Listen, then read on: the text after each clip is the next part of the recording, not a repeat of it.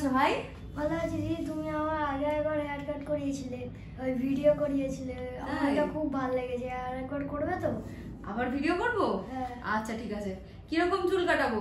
ছোট। পুরো ছোট করে দেবো? টাক করে দিই? না, গরমের মধ্যে টাক করে দিই, ভালো হবে। না কেন? টাক করবো না। টাক করবো না? না। ঠিক আছে। তো গাইস, আজকে আমরা এই ভাইটার হেয়ার কাট করবো। তোমরা ওর মুখে শুনলে যে ও আগেও একবার এসেছিল, ওর হেয়ার কাটের ভিডিওটা অলরেডি আপলোড রয়েছে, তাই ও আবার এসছে। তো আশা করছি ভিডিওটা তোমাদের পছন্দ হবে আর ওর চুল কাটিংটা তোমরা সম্পূর্ণ দেখবে। তো চলো ভিডিও স্টার্ট করি। আমাদের সোসাইটিতে মেয়েরা চুল কাটিং করছে, এই জিনিসটা ভীষণই একটা নতুন কনসেপ্ট।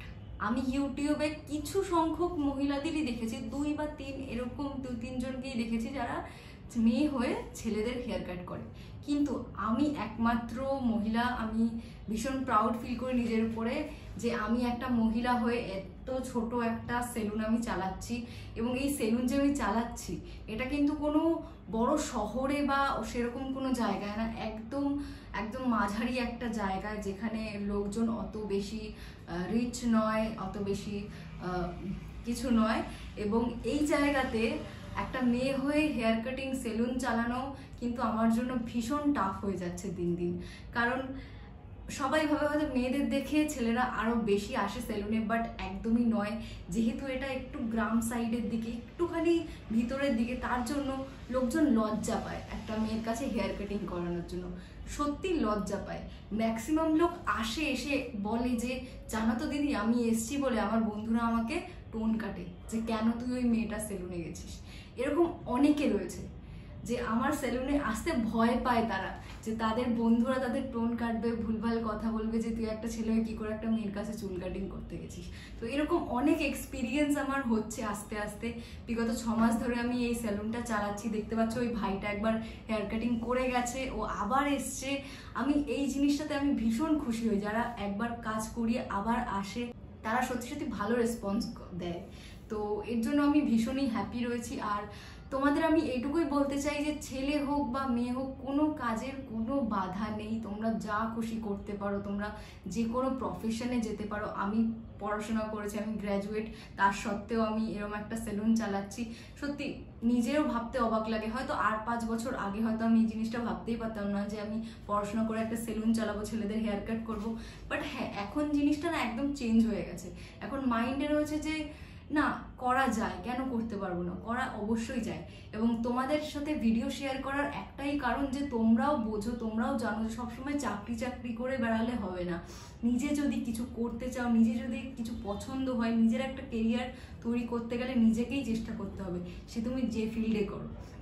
তো বেশি কথা না বাড়িয়ে আমরা আজকে ওর হেয়ার কাটটা স্টার্ট করব। তো তোমরা প্লিজ ভিডিও পুরো দেখো। সো বন্ধুরা, গরম পড়েছে ভীষণ, আর আমার এখানে তো এসি নেই, তার জন্য আমাকে ফ্যানই চালিয়ে রাখতে হচ্ছে, না হলে ওদের গরম লাগবে। তো তার জন্য তোমরা একটুখানি ম্যানেজ করে নিও। ভিডিওতে একটু পাখার সাউন্ড আসবে, আর মাঝে মাঝে ট্রেনের সাউন্ডও আসতে পারে, কারণ আমাদের পাশেই দমদম এয়ারপোর্ট। তো একটুখানি ম্যানেজ করে নিও।